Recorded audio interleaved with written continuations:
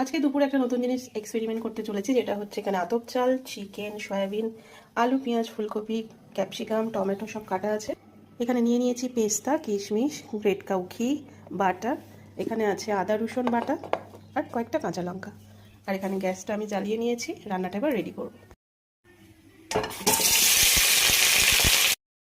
আদা রসুন নুন চিনি মশলা সব দিয়ে দিয়েছি, এবার চিকেনগুলো দিয়ে দেবো আর সয়াবিনগুলো দিয়ে দেবো।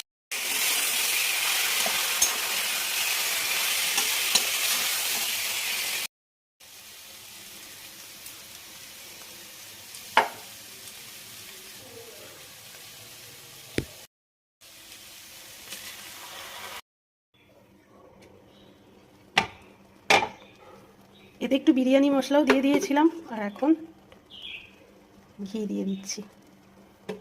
দেখি কেমন টেস্ট হয়। নতুন আর কি করার চেষ্টা করলাম কিছু।